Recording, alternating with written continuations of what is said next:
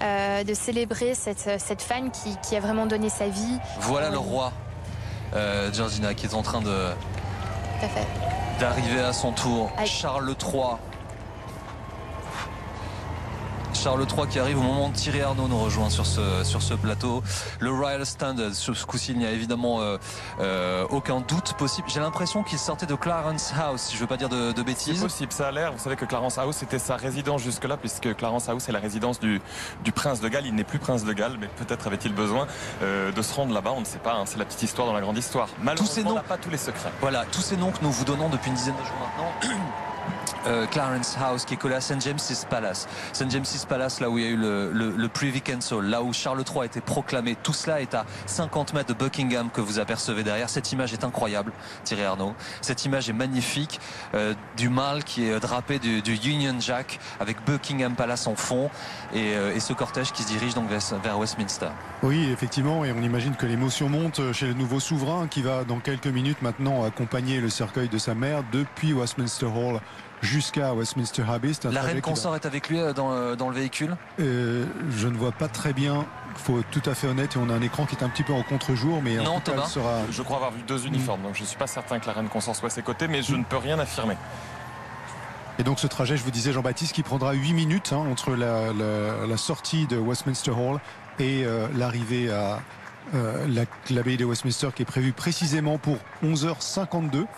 De sorte que le cercueil puisse être en place pour 11 heures précises afin de pouvoir démarrer la cérémonie à l'heure prévue. Deux uniformes donc dans le véhicule royal. Thomas, vous réussissez à distinguer les choses? J'essaie, en tout cas, on est dans le cadre de Horse Square Parade. C'est un lieu très important, une place très importante où a lieu chaque année Tropping the Colour. Vous savez, cette cérémonie qui marque l'anniversaire officiel du souverain. L'année dernière, la reine n'avait pu s'y rendre, trop fragile, et c'est le prince de Galles, aujourd'hui Charles III, qui avait mené la revue des troupes, comme c'est le cas chaque année. Voilà, le cortège royal va tourner à droite et prendre la direction de l'abbaye sur Whitehall, qui est donc cette grande avenue du quartier des ministères. On va passer devant. Alors c'est William qui est avec le roi, Thierry. Pardon, je vous interromps, mais c'est donc le prince héritier, le prince de Galles, qui accompagne son père, le roi Charles III, dans le véhicule royal. On est donc en train de descendre Whitehall, cette grande avenue du quartier des ministères, avec sur la gauche des véhicules le ministère de la Défense, sur la droite le ministère des Affaires étrangères, le Trésor et bien sûr Downing Street. Et puis on va arriver dans quelques toutes petites centaines de mètres maintenant devant Westminster Hall, où la famille royale va se rendre pour accompagner le cercueil de la reine.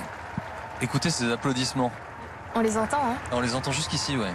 C'est absolument incroyable et clairement c'est de nouveau ce qu'on disait tout à l'heure, c'est le recueil pour la reine, mais aussi c'est le nouveau départ avec un nouveau roi, un nouveau monarque qui représente et la stabilité, la continuité et quelque chose de nouveau. C'est un grand jour pour le Royaume-Uni. Ce qui explique en partie ces applaudissements. Vous avez sans doute vécu avec nous ces derniers jours à plusieurs reprises ces walkabouts, ces sorties au cours desquelles Charles III, de manière un peu impromptue, en tout cas pour nous et pour la foule, venait serrer des mains, échanger quelques mots. Et on va donc regarder cette image parce qu'elle est importante du roi Charles III qui va dans quelques instants descendre de sa limousine. Avec l'héritier du trône. Avec le prince William. Nous approchons des minutes qui vont lancer officiellement cette journée de funérailles. Voilà les portes qui s'ouvrent, donc vous allez découvrir le roi Charles III, le voilà, en uniforme évidemment, suivi de son fils le prince William, prince de Galles.